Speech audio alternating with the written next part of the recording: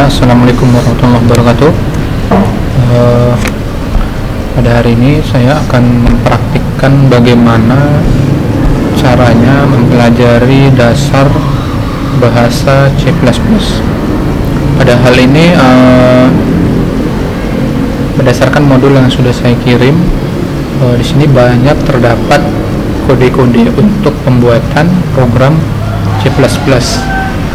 Jadi ada tahapan-tahapan yang harus dijalankan, di mana di sini terdapat beberapa contoh percobaan latihan untuk mahasiswa. Yang pertama kita dapat lihat di sini percobaan 21. Di sini mengenai komentar dan hello. Di sini adalah dasar dari pemrograman C++, yang dimana dapat dicontohkan ke dalam software MinGW-nya. Saya langsung praktikkan saja ya. Jadi saya akan coba langsung. Jadi di sini saya akan menjalankan MinGW Developer Studio terlebih dahulu ya. Dan di sini sudah saya buat project. Membuat projectnya seperti biasa, seperti pertemuan pertama yang sudah saya jelaskan. Dalam pembuatan project dan file C++ harus dalam satu file. Lalu file C++ nya berada di dalam source file. Jadi tidak boleh di sini ada project operator langsung ke dalam file C++ nya di sini, nggak bisa. Tidak sama nanti hasilnya. Dan di sini dapat kita lihat kodenya, kode percobaan saya yang sudah saya lanjut tadi. Pertama kita coba dulu yang pertama, kita melihat kode dasarnya susunan penulisan program. Di sini kita dapat lihat susunan dalam pembuatan program, yaitu kita dapat melihat di sini ada main, buka kurung, tutup kurung, lalu buka kurawal. Di sini ada kamus, algoritma. Di sinilah langkah-langkah yang akan kita buat dalam proses pemrograman C++. Dan setelah membuat kode program C++, maka harus kita tutup kembali dengan tutup kurawal. Untuk membuat komentar dan deklarasi terdapat di kode seperti ini. Kita buka dengan /bitpang. Dan untuk deklarasi header file, preprocessor directive, dan deklarasi fungsi atau void di atas ini. Di sini dia bagian deklarasi header yang sudah kita pelajari sebelumnya. Banyak contoh-contoh header seperti include studio.h, include /, dan lain-lain. Dapat kita lihat contohnya di sini. Kita dapat lihat pada halaman 6 di sini include /h, maka kita harus menggunakan using namespace std standard main, buka kurung, tutup kurung, buka kurawal, code hello Unpad, hello Bandung dan Jatinangor, tutup kurawal. Ini kode algoritmanya, dan ini proses main awalnya. Terus deklarasi di mana kita harus menggunakan main dalam program C++. Di sini untuk header sesuai dengan langkah-langkah penulisannya ya, tidak sedih. Maka kita coba contohkan ke dalam MinGW. Kita lihat di sini, kita dapat copy, salin. Lalu di MinGW kalau di copy, dia lihat ini kutip duanya itu harus dirubah, karena kalau di copy tidak bisa. Jadi nanti kalau bisa diketik kutip 2, yang kutip 2,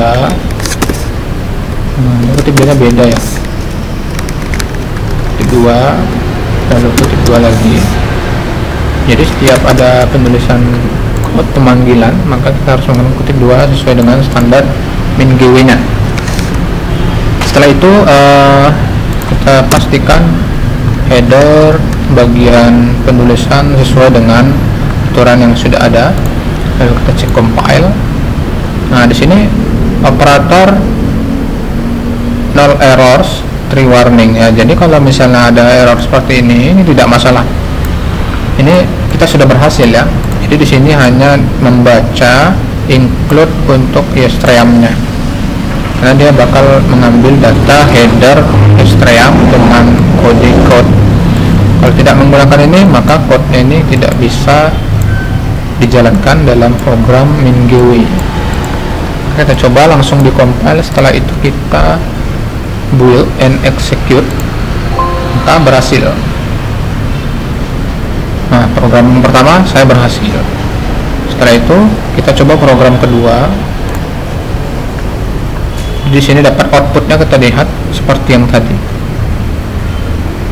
Baru kita coba untuk program kedua mengenai konstanta, yaitu kita akan menjelaskan dari variabel dan pencetakan dari konstanta. Oke, dapat kita lihat di sini kodenya seperti ini. Saya akan coba langsung. Jadi ingat, kode itu kalau ada titik 2 seperti ini harus sama ya, dan spasinya itu jangan ada ya, spasi jangan ada.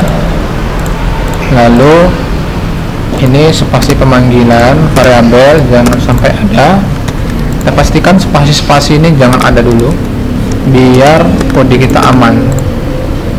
Jadi biar tidak ada error, pastikan variabel const floppy-nya sesuai. Oke, kita save, compile. Oke, 0 error ya. Nah, maka kode yang saya jalankan ini sudah berhasil. Kita coba di build and execute. Oke, berhasil ya. Di sini luas lingkaran sesuai dengan perhitungan kode dengan nilai 7,0, maka dapat dikalikan dengan luas jari-jari, yaitu pangkat 2 dikali dengan pi, yaitu 3,14. Dapat kita lihat luas lingkaran yang kita dapatkan adalah 153,86. Lalu keliling lingkarannya adalah 43,96. Berhasil ya. Untuk tahap kedua sudah berhasil. Selanjutnya untuk percobaan latihan ketiga, kita akan coba latihan yang ketiga adalah bagian konstanta. Ini udah konstanta tipe, ini penjelasan konstanta tipe dan beda data dan ukurannya gitu. Kita langsung masuk ke 24 mengenai string ya, literal atau string. Dapat kita lihat di sini kode literal atau stringnya. Di sini kita lihat banyak mengenai, untuk ini istilahnya string length. Nah, ini panjang kata unpad untuk menghitung berapa kata yang kita dapatkan nantinya. Maka kita dapat lihat nanti, dicoba langsung kodenya, diketik, masukkan ke dalam program. Kita lihat kode-kodenya, kita pastikan tidak ada space yang tidak perlu. Jadi kalau tidak ada space yang tidak perlu itu hapus saja. Pastikan dia space itu nggak ada, jadi biar kode kita aman. Itu saja sih kalau misalnya pembuatan program di C++. Lalu kita pastikan juga kode-kode kita tidak ada yang berserak ya. Ini aman ya, spasinya aman. Kita lihat kodenya kembali, kita pastikan tidak ada yang salah, diketik dengan baik. Oke, kita tes dulu. Jadi ini kodenya sudah ada, kalian tinggal mencoba saja. Coba di build compile. Oke, kita lihat dulu di mana errornya. Di sini kita dapat lihat. Di sini kita lihat ada error di panjang kata unpad. Nah, ini masih ada satu. Oke, pastikan tidak ada error. Oke, 5 error. Kita lihat di sini, kita lihat ada nilai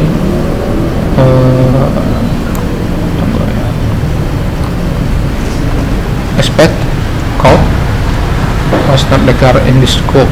Oke. Biasa code itu kita gunakan stream ya, harus gunakan ini juga. Oke, kita buat 2 ya.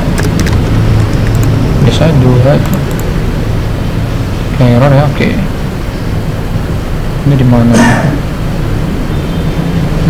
Ya, oke, kita dapat lihat di sini errornya. Sini ada buka kurung tapi tidak ada. Ini kita lihat, ini harusnya ada.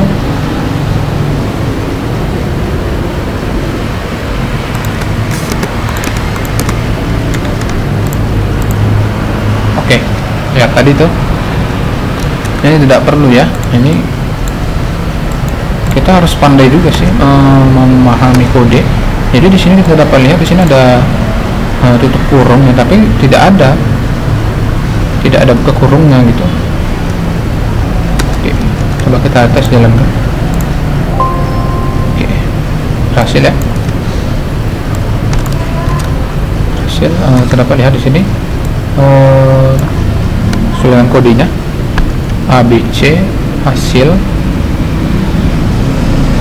Lalu ada juga mengenai panjang kata ya.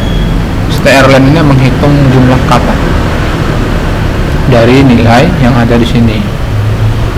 Jadi kita lihat di sini dapat dilihat 0, 1, 7, 13. Di sini ada 2 ya, 13 sama. Baru ada juga kata 4 di sini ya. Sama dengan strlen istiqam terpaksa. Oke, seperti itu ya hasilnya untuk kode yang kedua. Jadi kode yang kedua ini harusnya ada biasa kekurung seperti ini, tapi ini enggak ada. Oke, kita pastikan ini tadi tutup kurungnya dihapus. Oke, lanjut ke operator aritmatika.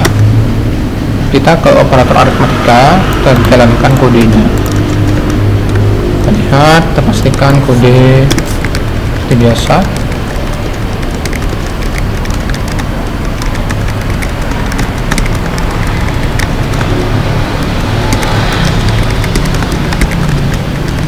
Ini nanti saya akan contohkan. Jadi kita harus pandai juga melihat error apa yang kode yang salah. Jadi nggak semua kode sistem bisa benar semua, cuman dia errornya itu dikasih tahu. Kalau misalnya tidak perlu maka dihapus. Kan ada sih kode, kadang ada yang benar, ada yang salah. Seperti kita juga manusia, ada benar ada salah. Maka kita harus pandai-pandai dalam membaca kodenya juga. Oke, di sini ada 2 error. Nah, kita lihat di sini terdapat 2 error. Maka kita pastikan, kita lihat baca error di sini ada main must return in. Nah, di sini maka di sini kita lihat bahwasanya kita harus menggunakan in. Return coba ubah tipe from main change to in. Nah, di sini dapat ditahu errornya. Oke, kita ubah. Kita compile, maka error hilang. Kita coba build and execute, berhasil. Kita dapat lihat di sini hasil yang kita dapatkan adalah nilai 82 ditambah 26 sama dengan dikurang. Oke. Dan ini lihat kenapa hasilnya sama. Kenapa hasilnya sama adalah karena di sini bahwasanya pemanggilan dalam proses operator di sini hanya menggunakan tambah semua. Coba kita ganti. Ini adalah kurang, ini adalah kali, ini adalah bagi, ini adalah persen. Oke, coba jalankan.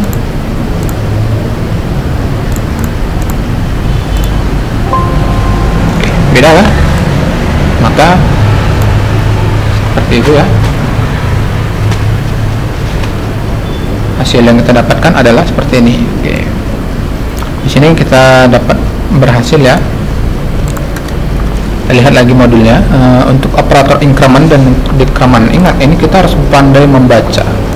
Ini sekaligus latihan dalam pembacaan kode dan melihat error dari kode yang kita buat. Jadi misalnya kalau nggak bisa di void, maka rubah menjadi in main. Nah, gitu deh. Jadi kita buat kode yang kedua adalah operator increment. Kita copy, sini kita lihat kodenya.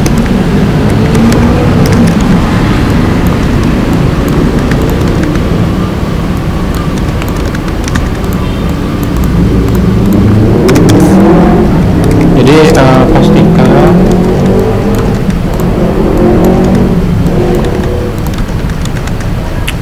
kutip buahnya tidak ada yang salah, maka pastikan kode benar. Kalau tidak ada yang salah, nol error, berarti itu sudah berjalan. Kalau ada error sedikit-sedikit, yang penting dia nol error. Kalau ada warning itu nggak apa-apa, itu hanya panggilan dari headernya saja, itu warning, peringatan. Jadi tidak perlu ditakuti kalau ada dia yang masalah itu ketika ada error. Kalau hanya warning itu tidak masalah. Ini 2 error, kita lihat 2 error, maka kita dapat lihat error itu hanya di bagian main, ganti dengan in main. Kita compile, di sini kita berhasil, 0 error, true warning. Warning ini hanya sebagai pesan bahwasanya dia memanggil file include Ethereum. Dapat lihat di sini kita build dan berhasil. Hasilnya adalah seperti ini.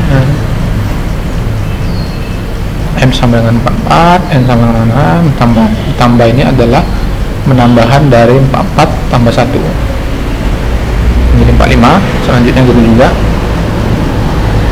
46, baru N selanjutnya adalah N nya itu dikurang, 66 itu dikurang, 66 kurang 1, 65 kurang 1, 64, seperti itu. Oke, berhasil. Kode yang selanjutnya ini sepertinya sama ya kasus-kasusnya, jadi kita coba lihat mengenai kasus yang lain ya. Ini sama, tinggal ngetik saja. Oke, situ aja. Kita lanjut ke bagian pemilihan atau seleksi. Nah, sini terdapat pemilihan atau seleksi. Kita coba tes kodenya untuk proses pemilihan. Saya rasa kalau untuk yang bagian ini hampir sama ya, jadi pastikan kodenya itu berjalan. Itu dicoba di masing-masing mahasiswa. Saya akan coba bagian ini penyeleksian. Saya akan coba kodenya, coba dijalankan, compile. 3 error. Sini dapat lihat error code chain NDL. Oke, di sini kita dapat lihat bahwasanya kita nggak ada pemanggilan header ya. Jadi kita harus membuat header terlebih dahulu. Pastikan headernya itu ada. Oke, hasil ya.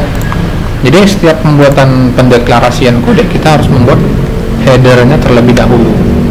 Jangan standar kode header inilah Ethereum, Eomanip, ada Conio, ada banyak ya. Ethereum yang kita buat tadi, ada juga string. Jadi ini kan kodenya tidak ada nih mengenai headernya, jadi itu dibuat dulu headernya baru masukkan kode ini. Kita compile, berhasil, maka kita build and execute.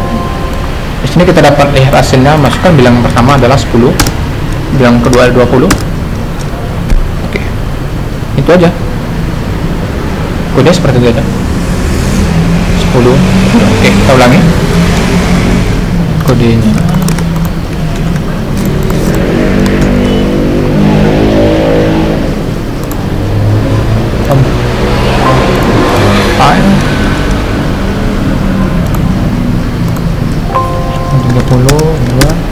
Oke, 30 habis dibagi oleh 2. Oke, jadi hasilnya seperti itu. 30 bagi 2 sama dengan 15. 30 habis dibagi oleh 2.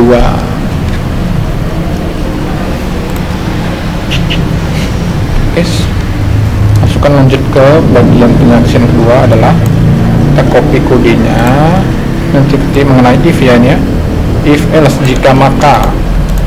Coba di sini, jadi ini biar aja untuk header itu biar aja seperti itu. Pastikan kode tidak ada yang error, tetap compile. Masih ada yang error, default. Pastikan error step ini ya, pastikan dulu tidak ada yang error ya. Kita lihat kodenya, dimana errornya adalah ini ada buka kurung. Misalnya kita tambahilah contoh, buka kurung itu berada di luar. Nah ini seperti ini, coba kita tambahkan biar tidak error. Itu hanya cuma satu. Compile kembali, oke, nah berhasil ya. Jadi dalam pembacaan kode kita harus paham juga ketika kita memahami bahwasanya tutup kurungnya hanya satu di error tersebut, maka kita harus menambahkan buka kurung sebelum kutip dua. Kita coba build, oke, berhasil. Gaji sama dengan 200 hasilnya. Oke. Karena apa? Karena kita hanya membuat integer golongan yang kita ambil adalah bagian nomor 2.